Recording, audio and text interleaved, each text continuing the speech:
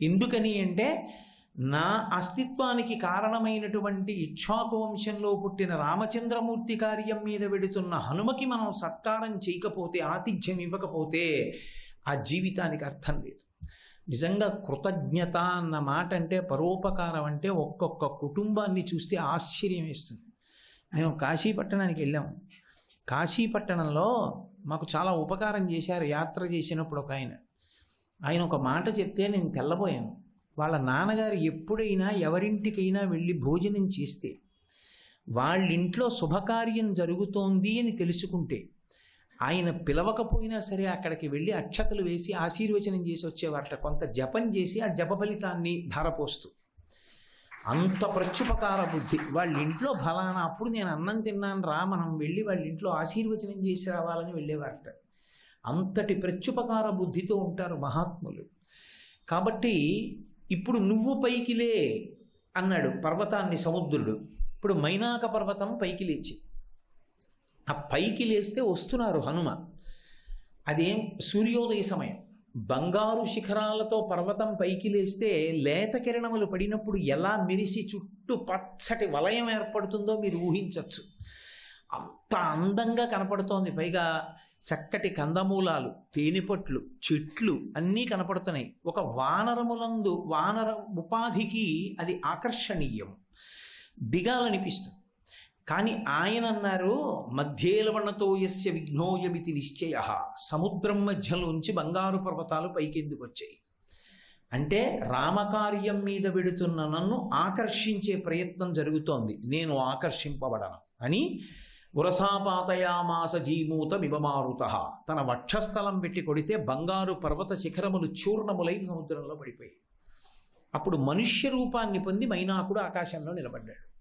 అంతరిక్షస్థిత శ్రీమాన్ ఇదం వచనమబ్రవీత్ అన్నారు మహర్షి. శ్రీమాన్ అంటుంటారు సుందరకాండలో, అదో అద్భుతం. అప్పుడప్పుడు మహర్షి శ్రీమాన్ అంటుంటారు. శ్రీమాన్ అంటే దానికి అర్థం ఏమిటి అంటే, పరులకు ఉపకారం చేయడంలో దక్షత ఉన్నవాడు, వెడుతున్న కార్యాన్ని మర్చిపోనివాడు, కృతజ్ఞత కలిగినటువంటి వాడు, సమర్థత కలిగినటువంటి వాడు. ఆ సందర్భంలో గుణము ఆవిష్కృతమైతే కీర్తించడానికి శ్రీమాన్ అన్న శబ్దం వేస్తూ ఉంటారు. ప్రహృష్టవదన శ్రీమాన్ ఇదం వచనమబ్రవీత్ అంటారు సరస్వతో మాట్లాడుతున్నప్పుడు. అందుకని అంతరిక్షస్థిత శ్రీమాన్ ఇదం వచనమబ్రవీత్. మైనాకుడు ఆకాశంలో నిలబడితే శ్రీమాన్ అన్నారు. శ్రీమాన్ అయినటువంటి ఆ మైనాకుడు నిలబడ్డాడు. ఏమిటి శ్రీమాన్ అంటే, ఆయనకి రెక్కలు ఉన్నాయి. ఆయనకి రెక్కలు ఉన్నా పూర్వకాలంలో పర్వతములు రెక్కలతో ఎగిరి అన్ని చోట్లకి వెళ్ళి దిగుతుంటే జననష్టం జరుగుతోందని ఇంద్రుడితో ఫిర్యాదు చేస్తే, ఇంద్రుడు వజ్రాయుధాన్ని ప్రయోగించి పర్వతములన్నిటికీ కూడా రెక్కలు కత్తిరించాడు. మైనాకుడు భయపడిపోయి ఎగరలేకపోతే, రెక్కలుండి ఎగరలేకపోతే వాయుదేవుడిని ఆశ్రయించాడు స్నేహితుడు కనుక. వాయుదేవుడు ఎత్తి తీసుకెళ్లి సముద్రంలో పడేశాడు. కాబట్టి ఆయన పైకి రాడు. ఎందుకంటే పైకి వస్తే ఇంద్రుడు ఇక్కడ ఉన్నావా అని రెక్కలు కత్తేస్తాడు. ఇంద్రుడికి తెలియదా? తెలుసు. తెలిసి ఎందుకు ఊరుకున్నాడంటే, రెక్కలు కత్తిరించకుండా ఊరుకుంటే నా భయానికి ఎలాగో పైకి రాడు, కదలకుండా పడి ఉంటాడు. కింద నుంచి రాక్షసులు పైకి రారు, అడ్డంగా పడ్డాడుగా, ఊరుకుందాం అని ఊరుకున్నాడు. అందుకనే ఆయన పైకి లేవడు. భయం. రెక్కలు ఉన్నాయి కానీ భయం. రెక్కలు ఉండి పైకి లేవక భయంతో బ్రతుకుతున్నవాడు ఇవాళ పైకొచ్చాడు. ఎందుకు పైకొచ్చాడు? 2 కారణముల చేత పైకొచ్చాడు. ఒకటి, సముద్రుడు చెప్పాడు పైకి వెళ్ళమని. తనకి ఆశ్రయం ఇచ్చిన వాడు సముద్రుడు. ఆ సముద్రుడు ఆశ్రయం ఇచ్చి ఉండకపోతే నువ్వు నాలో ఉండడానికి వీల్లేదు అన్నాడు అనుకోండి, ప్రవాహాన్ని అక్కడ తీసేసాడు అనుకోండి, మైనాకుడు పైకి వచ్చేస్తాడు. తన కడుపులో పెట్టి దాచుకున్నాడు ఆశ్రయం ఇచ్చి. తన కడుపులో పెట్టి ఆశ్రయం ఇచ్చి దాచుకున్నవాడు ఇవాళ తనను ఒక ఉపకారం అడిగాడు. తనకి ఉపకారం చేసిన వాడికి ప్రత్యుపకారం చేయడం తనకి ధర్మమా కాదా? ఏమయ్యా, నేను పైకి లేస్తే మరి ఇంద్రుడు చూసిన రెక్కలు కత్తిరించేస్తే పోతే పోని. ఇంతకుముందు రెక్కలు కాపాడుకోవాలనుకున్నాడు, ఇప్పుడు పోతే పోని రెక్కలు అన్నాడు. ఎందుకని? నేనిప్పుడు పైకి లేస్తే ఏకకాలమునందు ఇద్దరికి ప్రత్యుపకారం జరుగుతుంది. ఒకటి, సముద్రుడికి నేను ఆయన గర్భంలో ఉండడానికి అవకాశం ఇచ్చాడు. 2, ఇత పూర్వం నేను కష్టంలో ఉన్నప్పుడు వాయుదేవుడు నన్ను ఎత్తి తెచ్చి ఈ సముద్రంలో పడేశాడు. ఇప్పుడు ఆ వాయువు యొక్క కుమారుడే స్వామి హనుమ ఆకాశం మీద వెడుతున్నారు. ఆత్మావై పుత్రనామాసి, తండ్రికి కొడుక్కి అభేదం. కాబట్టి ఇప్పుడు హనుమకి ఆతిథ్యం ఇస్తే ఆ వాయువుకి ఆతిథ్యం ఇచ్చినట్టే. కాబట్టి రెక్కలు పోతే వచ్చిన నష్టమేముంది? ఇద్దరికి ఏకకాలంలో ప్రత్యుపకారం చేయడం మానేసి సముద్రంలో దాక్కుని రెక్కలు దాచుకునే కన్నా ప్రత్యుపకారం చెయ్యడంలో నా రెక్కలు తెగిపోయినా పర్వాలేదు, పైకి లేచిపోతానన్నాడు. ఆర్షధర్మాన్ని పాటించాడు. ఈ ఆర్షధర్మాన్ని నిలబెట్టడానికి ఉద్యుక్తుడయ్యాడే, ఇది గొప్పతనం. అందుకు శ్రీమాన్ మహర్షి ఒక మాట అన్నారంటే అంత గంభీరంగా మాట్లాడతారు. అంతరిక్షస్థిత శ్రీమాన్ ఇదం వచనమబ్రవీత్. అప్పుడు పైకి లేచి ఆయన అన్నాడు, కృతేచ ప్రతికర్తవ్యం దేశధర్మ సనాతన. సముద్రం నాకు చెప్పిందయా నీకు ఆతిథ్యం ఇమ్మని. ఉపకారం చేసిన వాడికి ప్రత్యుపకారం చెయ్యవడం అనేటటువంటిది సనాతన ధర్మమునందు ప్రధానమైన విశేషం. కాబట్టి నీకు ప్రత్యుపకారం చెయ్యడానికి సముద్రుని పనుపున నేను వచ్చాను. కాబట్టి నువ్వు ఇక్కడ దిగు, కాసేపు విశ్రాంతి తీసుకో, అదిగో అక్కడ కందమూలములు ఉన్నాయి, చక్కగా తిను, మళ్ళీ లేచి వెళ్ళిపో అన్నాడు. ఎవరి ధర్మం వాళ్ళది, అది తమాషా. కానీ మాట్లాడేటప్పుడు మాత్రం పారుష్యం ఉండదు, ఎంత చక్కగా మాట్లాడతారో. అందుకే హనుమని ఉపాసన చేస్తే చక్కగా మాట్లాడడం వస్తుంది. ప్రీతోస్మి కృతమాతిథ్యం అన్యురేషోపనీయతాం త్వరతే కార్యకాలో మే అహస్యాప్యతివర్తతే ప్రతిజ్ఞాచమయా దత్త నస్థాతవ్యమిహాంతరే అన్నారు. నేను ప్రతిజ్ఞ చేశాను, రామబాణం వెళ్ళినట్టు వెడతానని. అవతల పొద్దు కుంగిపోతోంది, నేను ఆగకూడదు, వెళ్ళిపోవాలి. మీరు నాకు ఆతిథ్యం ఇచ్చినట్టే, నేను పుచ్చుకున్నట్టే. ఇలా చెయ్యి వేసి వెళ్ళిపోయారు. చూడండి, తమాషాగా ఓ మాట అంటారు, కొద్దిగా మజ్జిగ తాగేళ్ళంటే మీరు భోజనం పెట్టినట్టు మీ ఖాతాలో వేసేసాను అంటారు. అవతల వాడు ఎంతో తృప్తి చెందుతాడు. ఇప్పుడు నేను తాగనండి అందరూ, మీరు భోజనం పెట్టినట్టు వేశాను మీ ఖాతాలో, నన్ను వెళ్ళనివ్వండి అంటారు. అంటే మాట యందు మర్యాద. ఆ మర్యాదకి ప్రసిద్ధి ఎవరంటే రామచంద్రమూర్తి. మర్యాదానాంచలోకస్య కర్త కారయితాచ సహా అంటారు స్వామి హనుమ రాముడిని ఉద్దేశించి. మర్యాదా పురుషోత్తముడైన ఆ మర్యాదయే స్వామి హనుమది. అందుకే ఆయన కూడా అంత అందంగానూ మాట్లాడి వెళ్ళిపోయారు.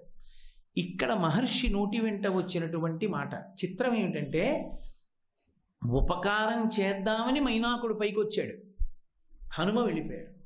ఇంద్రుడు వచ్చాడు, చూశాడు, మైనాకుడు పైకి లేచాడు. ఇప్పుడు రెక్కలు కత్తిరించచ్చుగా, లేచిపోయాడు కాబట్టి సముద్రానికి ద్వారం దగ్గర నుంచి చూసి అన్నాడు, హిరణ్యనాభ శైలేంద్ర పరితుష్టోస్మితే భృశం అభయంతే ప్రయచ్ఛామి తిష్ట సౌమ్య యథాసుఖం అన్నాడు. హిరణ్యనాభ శైలేంద్ర, బంగారు శిఖరములు కలిగినటువంటి ఓ మైనాక పర్వతమా, ఎంతో సంతోషించారు.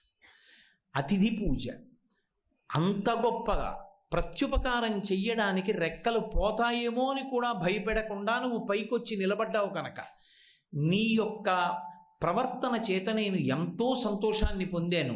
నీ రెక్కలకి ఏమీ అపకారం జరగదు, ఎలా ఉన్నావో అలాగే సంతోషంగా ఉండు అని అభయం ఇచ్చి వెళ్ళిపోయాడు. కాబట్టి రామకార్యం మీద వెడుతున్న వాడికి ఆతిథ్యం ఇస్తానన్నంత మాత్రం చేత రెక్కలు నిలబడ్డాయి. ఉపకారం చేసిన వాడికి ప్రత్యుపకారం చెయ్యడానికి కృతజ్ఞతాబుద్ధితో నిలబడినంత మాత్రం చేత రెక్కలు నిలబడ్డాయి. శ్రీరామాయణం మనకి నేర్పేది ఏమిటి అంటే, కృతజ్ఞతాబుద్ధితో ప్రత్యుపకారానికి సిద్ధపడినటువంటి వ్యక్తికి పరమేశ్వరుని యొక్క అనుగ్రహము పరిపూర్ణముగా సిద్ధిస్తుంది. అందుకే నేను మీతో తరచుగా మనవి చేస్తుంటా, ఎంత పూజ చేస్తే ఈశ్వరానుగ్రహం కలుగుతుంది అన్న మాట కన్నా ధర్మాన్ని పట్టుకుంటే ఈశ్వరానుగ్రహం పరిపుష్టంగా కలుగుతుంది. మహాభారతం చెప్పినా, రామాయణం చెప్పినా, భాగవతం చెప్పినా సమస్త వాంగ్మయాన్ని పిండేస్తే వచ్చేవి రెండే అక్షరాలు, ధర్మం. ఆ ధర్మాచరణము చేత కానప్పుడు మనుష్యుడు ఏమి చెయ్యనివ్వండి ఈశ్వరుడి యొక్క కృపకి పాత్రుడవుతాడని నమ్మకం లేదు. అందుకే ధర్మం అన్న మాటకి సన్యాసాశ్రమంలో ఉంటే సన్యాసాశ్రమ ధర్మాన్ని పాటించడంలో కించిత్ కూడా వైక్లభ్యం లేకుండా ప్రవర్తించి నడిచే దేవుడైన మహాపురుషుడు చంద్రశేఖరేంద్ర సరస్వతి మహాస్వామి. ఆయనకి అంత ఇష్టం రామనామం అన్నా, రామచంద్రమూర్తి అన్న. ఆయన ఎక్కడికి వెళ్ళినా అందరితో రామనామం రాయించేవారు. పిల్లలకు ఒక గంట సమయం ఇచ్చి ఎక్కువసేపు గుండ్రంగా రామనామం రాసిన వాళ్ళకి బంగారు మాడలు ఇచ్చేవారు, మరికొందరికి వెండి మాడలు, కొంతమందికి రాగి మాడలు. రామ మాడ ఇవ్వకుండా ఉండేవారు కాదు. ఒకసారి ఆయన ఎక్కడో ఉత్తర భారతదేశంలో సభకెడితే ఆ సభా నిర్వాహకుడు ఆయనని ఆహ్వానిస్తూ ప్రసంగం చేస్తూ కామకోటి అనబై రామకోటి అన్నాడు. కామకోటి మఠాధిపతులు అనబై రామకోటి మఠాధిపతులు అన్నాడు. అందరూ భయపడ్డారు, ఇదేంటి పీఠం పేరు తప్పు చెప్పాడు స్వామి ఏమైనా అంటారేమోనని. స్వామి ప్రత్యుత్తరం ఇస్తూ అన్నారు, రామకోటికి కామకోటికి తేడా ఏమి అన్నారు. కాముడు ఉన్న చోట రాముడు ఉండడు, కాబట్టి రాముడే అన్ని కోరికలు తీర్చగలిగిన వాడు. కామాక్షి పరదేవతకు రామచంద్ర ప్రభువుకి అభేదం, కాబట్టి కామకోటి రామకోటి ఒక్కటే అన్నారు. అందరూ పరమ సంతోషపడిపోయారు. దోషం దొర్లినా ఆయన ఎంతో అద్భుతంగా దాన్ని ఆవిష్కరించారు అని. కాబట్టి సనాతన ధర్మమునందు ప్రధానమైనది ఏది అంటే ప్రత్యుపకార బుద్ధి. ఆ కృతజ్ఞతా లక్షణాన్ని విడిచిపెట్టకూడదు. అందున చూడండి, అసలు సంతోషించుట అని ఒక మాట ఉంటుంది. అంటే ఇప్పుడు మనం అయితే ఎంటర్టైన్మెంట్, వినోదము అని ఒక మాట వాడుతున్నాం. అసలు మీరు జాగ్రత్తగా వాంగ్మయాన్ని పరిశీలిస్తే వినోదము అన్న పేరుని సేవయందే ఉపయోగించినటువంటి మహానుభావుడు శ్రీకృష్ణ భగవానుడు. ఆయన వినోదాన్ని పొందాడు, ఆయన సంతోషాన్ని పొందాడు, ఆటలు ఆడుకున్నాడు. ఆయన ఆడుకున్న ఆటలన్నీ లీలలన్నీ ఏమిటి? పరోపకారాలే. ఇతరులకు ఉపకారం చెయ్యడమే ఆయన బాల్యక్రీడ, ఆటలాడుకోవడం. అసలు సందేశం ఏమిటంటే, నువ్వు సంతోషించడం అనేటటువంటిది దేని వలన నేర్చుకోవాలి అంటే, ప్రయత్నపూర్వకంగా ఏదో చేతిలో ఒకటి పట్టుకుని ఇలా ఇలా ఇలా ఇలా మార్చి చూస్తే సంతోషించడం కాదు. ఒకరికి ఉపకారం చేయడం వల్ల సంతోషించాలి. ఆ ఉపకారం చెయ్యడంలో నేను ఉపకారం చేశాను, వాడు ఉపకారం పొందాడన్న భావనతో కాదు, నా అదృష్టం ఈశ్వరుడు నన్ను ఉపకారానికి ఉపకరణంగా వాడుకున్నాడు. అది మనస్సుకు ఉన్నటువంటి మలినం తొలగిపోవడానికి కారణమవుతుంది. అంతేగాని సేవ చేస్తున్నానంటూ నీ చేయకపోతే ఎవడు చేస్తాడన్న భావనతో సేవ చేసే చోట అటువంటి అనుగ్రహాలు లభించవు. అది మనస్సుకున్న మాలిన్యము తొలగిపోవడానికి చెయ్యాలి. మీరు చూడండి, కృష్ణ భగవానుని యొక్క లీలలన్నీ సేవలే. మీరు ఎప్పుడైనా పరిశీలన చేయండి. కృష్ణుడు చిన్నతనంలో ఎన్నో లీలలు చేశాడు. శ్రీకృష్ణుని యొక్క బాల్య క్రీడలు, బాల్య లీలలు అపరిమితం. ఎంతమంది ఇన్ని రకాలుగానూ అనుభవించారు, కానీ అవన్నీ సేవలే. బాలురకు పాలు లేవని బాలింతలు మొరలు పెట్టపక పకనగియా బాలుండాలము చేయుచు ఆలకు గ్రేపులను విడిచెనంబోజాక్షి వారిల్లు సొచ్చి కడవల దూరంబుగ నీయి త్రాగితుదనా కడవల్ వీరింట నీసుతుండిడ వారికి వీరికిని పెద్దవాదయ్య సతీ ఆడంజని మీగడ పెరుగోడక నీ సుతుడు త్రావి ఒక ఇంచు కథా కోడలి మూతింజరిమిన కోడలు ముచ్చనుచు అత్త కొట్టెల తాంగి వారిల్లు సొచ్చి తా ఉట్టి అందక పీటలు రోలు ప్రోవిడి ఎక్కి చేపెట్ట చాలక కుండ కిందొక పెద్ద తూటొనరించి మీ పట్టి మిగడపాలు చెరలు పట్టి త్రావెతలోదరి. ఇవన్నీ ఆయన ఆటలు, కానీ ఇవన్నీ సేవలు. మీరు గమనించండి. పాలురకు పాలు లేవని బాలింతలు మొరలు పెట్టపక పకన గియా బాలుండాలము చేయుచు ఆలకు గ్రేపులను విడిచి అంబోజాక్షి. బాలింతలు కొంతమంది ఫిర్యాదు చేశారు యశోదతో, మా పిల్లలకి పాలు లేవమ్మా, ఆవును తెచ్చి పెంచుకుంటున్నాం, మా పిల్లవాడి కోసం ఇంకా పాలు పితకక ముందే సాయంకాలం దూడను వదిలేశాడు, దూడ వచ్చి పాలు తాగేసింది అని. నిజమే, కానీ మీరు సహేతుకంగా ఆలోచించండి. ఆవు కష్టపడి పచ్చిగడ్డి తిని, పుట్టల మీద ఉన్న గడ్డి తిని, ఎక్కడో ఉన్నటువంటి మనకి పనికిరాని నీళ్లు తాగి నెమరవేసి తన బిడ్డ కోసం తాను పాలు తయారు చేస్తుంది. ఆ బిడ్డ వెళ్ళి పొదుగులోకి ఒక్కసారి గుద్దితే సంతోషంతో పాలు వదిలేస్తుంది. కానీ పిచ్చి ఆవుకి వెనక్కి తీసుకోవడం రాదు. పాలు తిన్న అన్నాన్ని వెనక్కి తెస్తుంది, గడ్డి వెనక్కి తెస్తుంది నెమర వేయడానికి. వదిలిన పాలని వెనక్కి తీయడం రాదు కదా అని దూడని పంపి దూడ గుద్ది సంతోషంతో మా అమ్మ పాలు అని శిరాన్ని నోట్లో పెట్టుకుని ఇలా చప్పరించడం మొదలు పెట్టగానే లాగేసి తీసుకెళ్ళి గుంజకి కట్టేసి, అది ఆకలితో అమ్మ వంక చూస్తూ అటు ఇటు తిరుగుతుంటే ఆ ఆవు దూడ వంక చూస్తూ నేనేం చేయనన్నా, వీళ్ళు ఇంతే మనుష్యులు ఉద్ధతి, నేనేం చేయగలను రా, పాలు వదిలిపెట్టగలను, కానీ వాళ్ళు పిండుకుంటున్నారు, నీకు వదిలేమంటారు, లోపల ఉన్నాయో లేవో ఎవరికి తెలుసు. కాబట్టి మన బతుకులు ఇంతే, నేనేం చేయను అని ఆ ఆవు పడేటటువంటి మనోవేదనని గమనించి దాని పిల్ల ముందు తాగాలని వదిలినవాడు కృష్ణ పరమాత్మ. ఆయన చేసిన సేవ లీల. ఆయన సేవలు మనుష్యులకు పరిమితం కాలేదు, పశువులకు పరిమితం అయ్యాయి. ఏమీ తోచట్లేదంటాడు. ఏమీ తోచట్లేదన్నవాడు గడ్డి పెరిగిన చోటుకెళ్ళి కాసిని గడ్డి పరకలు కోసి అవి చేత్తో పట్టుకుని గ్రాసం అంటారు. చేత్తో 10 గడ్డి పరకలు పట్టుకొని గోశాల ఎక్కడుందో అక్కడికి నడుచుకుంటూ వెళ్ళి ఓ ఆవుకి పచ్చిగడ్డి పరకలు తినిపిస్తే అది సంతోషంగా పచ్చిగడ్డి తినడాన్ని చూసి ఆనందపడిపోయి ఇంటికి వెళ్ళి అమ్మాయి 1 గంట కాలక్షేపం చేశా సంతోషంగా అనగలడా? అలా బ్రతకమని వేదం చెప్తోంది. వినోదము సేవ యందు ఉండాలి తప్ప వినోదముగా అర్థం పర్థం లేనివన్నీ చూసి మనసు పాడు చేసుకోమని శాస్త్రాలు చెప్పలేదు. అక్కర్లేనివన్నీ చూసి పాడవుతున్నాడు మనుష్యుడు. ఎప్పటికీ తమ ధర్మంలో తాము అలాగే ఉండిపోయినవి మిగిలిన ప్రాణులు. గ్రాసం, గోగ్రాసం అంటారు. పచ్చిగడ్డి తీసుకెళ్ళి పెట్టచ్చు. కృష్ణ పరమాత్మ ఆవులకి సేవ చేశాడు, దూడలకి సేవ చేశాడు. లీలాశుకుడు పొంగిపోయాడు శ్రీకృష్ణ కర్ణామృతంలో. గోధూళిధూ సరిత కోమల గోపవేషం సాయంతనే ప్రతిగృహం పశుబంధనార్థం గచ్చంతమచ్యుత శిశుం ప్రణతోస్మి నిత్యం అని. గోధూళిధూసరిత కోమల గోపవేషం గోపాల బాలక శతైరనుగమ్యమానం.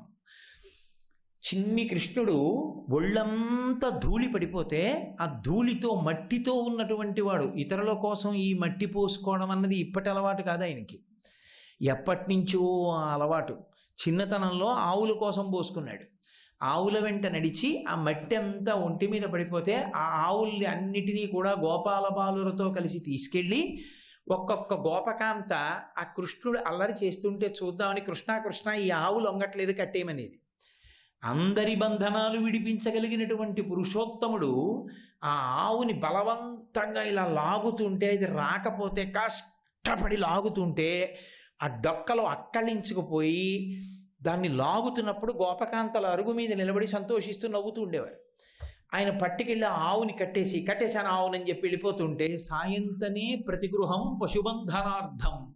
ప్రతి ఇంటికి పశువుల్ని కట్టడానికి ఒంటి మీద పడినటువంటి ధూళితో కొన్ని 100 మంది గోపాల బాలులతో కలిసి వెళ్ళినటువంటి కృష్ణ పరమాత్మ ఉన్నారే, గచ్చంతమచ్యుత శిశుం ప్రణతోస్మి నిత్యం.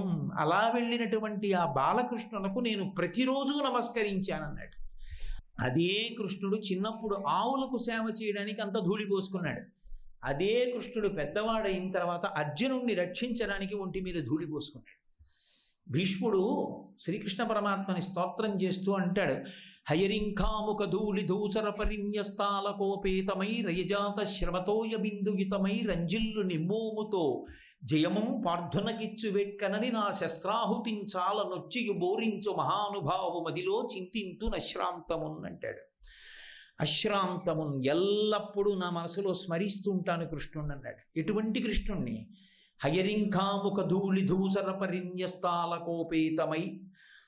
ఆ గుర్రాల్ని నడుపుతున్నప్పుడు యుద్ధంలో ముందు నడుస్తున్నటువంటి రథాల్లో ఆ గుర్రాలు పరిగెడుతున్నప్పుడు వాటి డెక్కలకి తగిలి పైకి లేచినటువంటి ధూళంతా ఒంటి మీద పడిపోతే చెమట పట్టవలసినటువంటి అవసరం లేని పరమాత్మ ఒళ్ళు చెమటతో తడిసిపోతే చెమటతో తడిసిపోయినటువంటి కృష్ణుడి మీద ధూళి పడిపోయి అట్టలు కట్టేస్తే ఇలా కూడా అనుకోవడానికి సమయం లేక అంత యుద్ధంలో అర్జునుడిని రక్షించుకోవడానికి పగ్గాలు పట్టుకుని సారథ్యం చేస్తూ ఆ జయం అర్జునుడికి ఇప్పించాలని తాపత్రయపడి ఒళ్ళంతా గుర్రపు డెక్కల మట్టితో నిండిపోయినటువంటి భక్తపరాధీనుడైనటువంటి కృష్ణుడు ఉన్నాడే, ఆయన నా మనస్సు యందు సంతతము నిలబడుతున్నాడు అన్నాడు భీష్ముడు. హయరింఖాముఖ ధూళి ధూసర పరిన్యస్తాల కోపేతమై రయజాత శ్రమతోయ బిందుయుతమై రంజిల్లు నిమ్మోముతో జయము పార్థునకిచ్చు వెట్కనని నా శస్త్రాహుతిని చాలా నొచ్చియు బోరించు మహానుభావు మదిలో చింతింతున శ్రాంతమును. అక్కడతో అయిపోయిందా ఆయన కర్మ? అర్జునుణ్ణి రక్షించడం కోసం ముందు సారథిని కొడతారు. కృష్ణ పరమాత్మని కొట్టేశాడు భీష్మాచార్యుల వారు. కొట్టేస్తే ఎన్ని దెబ్బలు తిన్నాడు. అసలు నొచ్చిపోవడం అన్న మాట తెలియని కృష్ణుడు భీష్మాచార్యుల వారు కొట్టిన బాణాలు ఒళ్ళంతా తగిలేస్తే ఆ సేవలో పొంగిపోయాడంతే. కృష్ణావతారానికి ఉన్న గొప్పతనం అది. మీకు వాంగ్మయంలో ఇతరుల సేవలో పరమానందాన్ని పొందిన వాళ్ళు ఇద్దరు కనపడతారు. వాళ్ళ ఆనందం అంతా దేంట్లో అంటే ఇతరులకు సేవ చేయడంలోనే. వాళ్ళకే ఆనందం, చెట్టెక్కితే ఆనందమా, పార్కు కెడితే ఆనందమా, లేకపోతే పువ్వులు కోసుకుంటే ఆనందమా, భార్య పక్కన కూర్చుని కబుర్లు చెప్తే ఆనందమా, వీణ వింటే ఆనందం అంటే వాళ్ళకి అవి కావు ఆనందాలు. వాళ్ళకి ఆనందం ఇతరులకి సేవ చేయడం. ఇద్దరు, ఒకడు కృష్ణుడు, ఒకడు హనుమ. వాళ్ళిద్దరే. హనుమ జీవితం మొత్తం మీద తను సంతోషించడానికని ఏమి ఉండవు, ఎప్పుడూ ఇతరులకు సేవే. ఇతరులకు సేవ చేయడంలో తరించిపోతుంటారు. కృష్ణ పరమాత్మ ఎప్పుడూ ఇతరులకు సేవే. అది ఎవరికి? మనుష్యులకే అక్కర్లేదు, మనుష్యుల దగ్గర నుంచి ఆవులు దూడల వరకు. ఆఖరికి ఎంత దూరం పోతుందంటే కృష్ణుడి సేవ, ఒక పాము అహంకారంతో తిరుగుతూ నీళ్లనన్నింటినీ విషం చేసేస్తే కాళింది మడుగంతా విషమైపోతే, ఆ విషమైపోయిన చోటకి వెళ్ళి ఎవరైనా నీళ్లు తాగిన వాళ్ళందరూ చచ్చిపోతుంటే అందరూ తిడుతుంటే వాడిని బాగు చెయ్యాలని ఆ కాళీయుడి పడగల మీద నాట్యం చేసి కాళీయుడిని మార్చి మళ్ళీ సముద్రంలోకి పంపించాడు ఇక్కడ ఉండగానే. అసలు నిజంగా అంతటి ఉదారుడు ఎక్కడుంటాడు? ఆయన నర్తన చిత్రమైనటువంటి నర్తన. తాండవ కృష్ణ అని ఒక పేరు. పరమశివుడు తాండవం చేస్తాడు, కృష్ణుడు తాండవం చేశాడు. దేని మీద అంటే ఆయనకి రంగస్థలం ఏది అంటే కాళీయుని యొక్క 101 పడగల మీద చేశాడు. ఒక పడగ మీద చేసి దిగి ఇంకొక పడగలేస్తే ఆ పడగ మీదకి దూకుతూ చేశాడు తాండవం, తోక పట్టుకుని. అసలు పొంగిపోయారంతే పోతన గారు భాగవతంలో. వెస దామోదరు పాదఘాతనగతుల్ వేవేల చందంబులన్ ప్రసభాటోపమచూపపాపణ భృచ్చటా మండలం బసహంబై పగిలిన్ మణుల్ చెదరగా నాస్యంబులన్ సోడితం బెసగన్ దంస్ట్రలు నుగ్గుగాక గరళవహ్ని జ్వాలికల్ వెల్వడన్ యమునా వీచి మృదంగవద్యములు మ్రోయం తీర గోపౌఘర్ష మనోజ్ఞధ్వనిత గేయంబు కాగా అని ఆ యమునా తరంగములలోంచి వచ్చేటటువంటి సవ్వడి చుట్టూ ఉన్న గోపబాలుకలు గోపకాంతలు మాట్లాడుతున్న మాటలు ఇవన్నీ సంతోషంగా ఉండగా ఆ కాళీయుని పడగల మీద నిలబడి తాండవం చేసి కాళీయుణ్ణి రక్షించాడు. గోపకాంతల్ని గోపాల బాలుర్ని కాదు, కాళీయుడికున్న అప్రతిష్ట తొలగించి ఆయన్ని తీసుకెళ్లి మళ్ళీ సముద్రంలోకి వెళ్ళిపోయేటట్టు చేశాడు. అందుకే కాళీయుడి భార్యలు చెప్పుకున్నారు ఎంతటి కరుణాంతరంగుడంటే ఆయన్ని చుట్టి కరిచి చంపేయాలని చూశాడు. అటువంటి వాణ్ణి అంత తొక్కేస్తే నీరస పడిపోయి కింద పడిపోతుంటే ఎక్కడ చచ్చిపోతాడోనని కాళీయుడి భార్యలు పావులు వచ్చి ప్రార్థన చేసేయి. నీవు చేయు పిండ్లి నిత్యంబు భద్రంబు చిన్ననాటి పిండ్లి కాదు అన్నాయి. భాగవతంలో ఏమి పద్యం పోతన గారి ఘంటంలోంచి వచ్చింది. నీవు చేయు పిండ్లి నిత్యంబు భద్రంబు, నువ్వు ఇప్పుడు చంపేస్తే చచ్చిపోతాడు, చచ్చిపోతే మాకు వైధవ్యం వస్తుంది, వైధవ్య దుష్టాలంకారము పొందనోపదము, మాకు ఆ వైధవ్యం అనేటటువంటి దుష్టమైన అలంకారం మాకొద్దు, మేము ఆ తెల్ల చీర కట్టుకోలేము. అందుకని కృష్ణ ఇప్పుడు నువ్వు విడిచిపెట్టేస్తే, చిన్నప్పుడు మా తల్లి తండ్రి ఇతనికి ఇచ్చి చేసిన పెళ్లి కాదు పెళ్లి, నువ్వు ఇతన్ని విడిచిపెట్టడం మాకు చేసిన నిజమైన పెళ్లి, మా ఐదోతనం నిలబడుతుంది, వదిలిపెట్టవా అన్నారు. నీవు చేయు పిండ్లి నిత్యంబు భద్రంబు చిన్ననాటి పిండ్లి కాదు, వదిలిపెట్టేశాడు అంతే. పో సముద్రంలోకి అన్నాడు. ఎన్ని మహానుభావుడు! ఆయన ఆటలన్నీ సేవలే. మీరు ఎప్పుడైనా భాగవతాన్ని ఆ కోణంలో పరిశీలించండి. కృష్ణలీలలోని కనపడతాయి, కానీ కృష్ణలీలలోని కృష్ణుడు ఏవేవో చేయడం కాదు, ఎవరికీ పనికిరానివన్నీ చేసి నేను ఆడుకున్నాను అనలేదు ఆయన. ఆయన ఏ ఆటలాడినా సేవలే చేశాడంతే. ఆఖరికి గోవర్ధనోద్ధరణం చేశాడు ఒక రోజున. గోవర్ధనోద్ధరణం చేసినా కూడా అందరినీ రక్షించడానికి చేశాడు. అహంకారంతో ఇంద్రుడు అకస్మాత్తుగా రాళ్లవాన కురిపించేశాడు. అది కూడా ఎలా? పెరుగుల్ నేతులు త్రావి క్రొవ్వి భువి నాభీరుల్ మదాభీరులై గిరి సంఘాత కఠోర పత్ర తలన క్రీడా సమారంభ దుర్భరిదంభోళిధరున్ పురంధరుననున్ పాటించి పూజింపక గిరికిన్ పూజలు చేసిపోయిరది పో కృష్ణుడు ప్రేరేపగన్ అన్నాడు. పెరుగులు నేతులు తాగి కొవ్వారు గోపాల బాలురు. ఓ పుష్కళావర్తక మేఘములారా వెళ్ళి విపరీతంగా వాన కురిపించి చంపించేయండి, ఎవరిని? గోవుల్ని కూడా చంపేయండి అన్నాడు. అనొచ్చా మాట? గోవుల్ జనుల్ సద్యోమృత్యువు పొంద రాల్కురియుడి. ఆ ఆవులు, గోపాల బాలురు, గోపకాంతలు అక్కడికక్కడ చచ్చిపోయేటట్టు వడగళ్ళ వాన కురిపించేయండి అన్నాడు. ఒక్కసారి ప్రారంభమైపోయింది వాన. కృష్ణ, ఏమిటి ఆపద, ఏమిటి వాన అని నియాన మున్నెరుంగము కుయ్యాళింపగదయ్య గుణరత్ననిధి. ఎప్పుడు ఎరగం ఈ వాన. ఈ ఉరుములు, ఈ మెరుపులు, ఈ యసనుల ఘోషములను, ఈ జలధారలు నియాన మున్నెరుంగము కుయ్యాళింపగదయ్య గుణరత్ననిధి. ఏమిటయా ఈ వాన, కృష్ణ కాపాడవా అన్నారు. కృష్ణ కాపాడవా అనేటప్పటికీ ఆయన ఆట వాళ్ళ సేవ, ఆయనకి కొత్త ఆట ఉండదు. వెంటనే బాలుండాడుచునాథపత్రమని సంభావించి పూగుత్తి కింగీలం దల్చిన లీలలేనగవుతో కృష్ణుండు తానం మహాశైలంబున్మలకైల దల్చి విపుల ఛత్రముగా పట్టి తద్భీలాభ్రచ్యుత దుశ్శిలాచకిత గోపీ గోప గోపంతికిన్. ఓ పిల్లవాడు ఆడుకోవడానికి అలా పరిగెడుతూ అక్కడ కనపడిన చెంగల్వ పువ్వు తుంపి ఇలా ఎత్తి పట్టుకోవడం ఎంత హేళగా చేస్తాడో, అలా ఆడుతూ ఉన్నవాడు అందరూ అడిగారని చెప్పి గోవర్ధనోద్ధరణం చేసి చిటికిన వేలి మీద ఎత్తి ఇలా పట్టుకున్నాడు. ఎంత సేవ అంటే అసలు గోవర్ధనోద్ధరణంలో ఆయన చేసినటువంటి సేవ అద్వితీయం. భయపడిన పెద్దవాళ్ళు బయట నిలబడిపోతే పిల్లాడు కొండ వదిలిస్తే చచ్చిపోతాం, బయట ఉంటే వడగళ్ళు పడతాయని బయట నించున్నారు. బాలుండీతడు కొండదొడ్డది మహాభారంబు సైరింపగా జాలండోజని దీని కింద నిలువంచింతింపగా బోలది శైలాంబో నిధి జంతు సంయుత ధరాచక్రంబు పైపడ్డ నాకేలల్లాడదు బంధులార నిలుడీ క్రిందన్ ప్రమోదంబునన్. ఓ బంధువులారా అని పిలిచాడు నమ్మని వాళ్ళని. అది ఆయన ఔదార్యం. ఎవరు నమ్మలేదో వాళ్ళందరినీ బంధువులారా అని పిలిచాడు. మీరు బెంగ పెట్టుకున్నారా, ఈ కొండ వదిలేస్తాననుకుంటున్నారా, మీకు ఆపద వస్తుంది అనుకుంటున్నారా, నన్ను నమ్మండి, కొండ వదలను. సమస్త బ్రహ్మాండములు ఈ కొండ మీద పడిపోయినా కొండ నిలబడుతుంది, లోపలికి రెండని నమ్మని వాళ్ళని పిలిచాడు. శ్రీ ఉమామహేశ్వర పరబ్రహ్మార్పణమస్తు. స్వస్తి.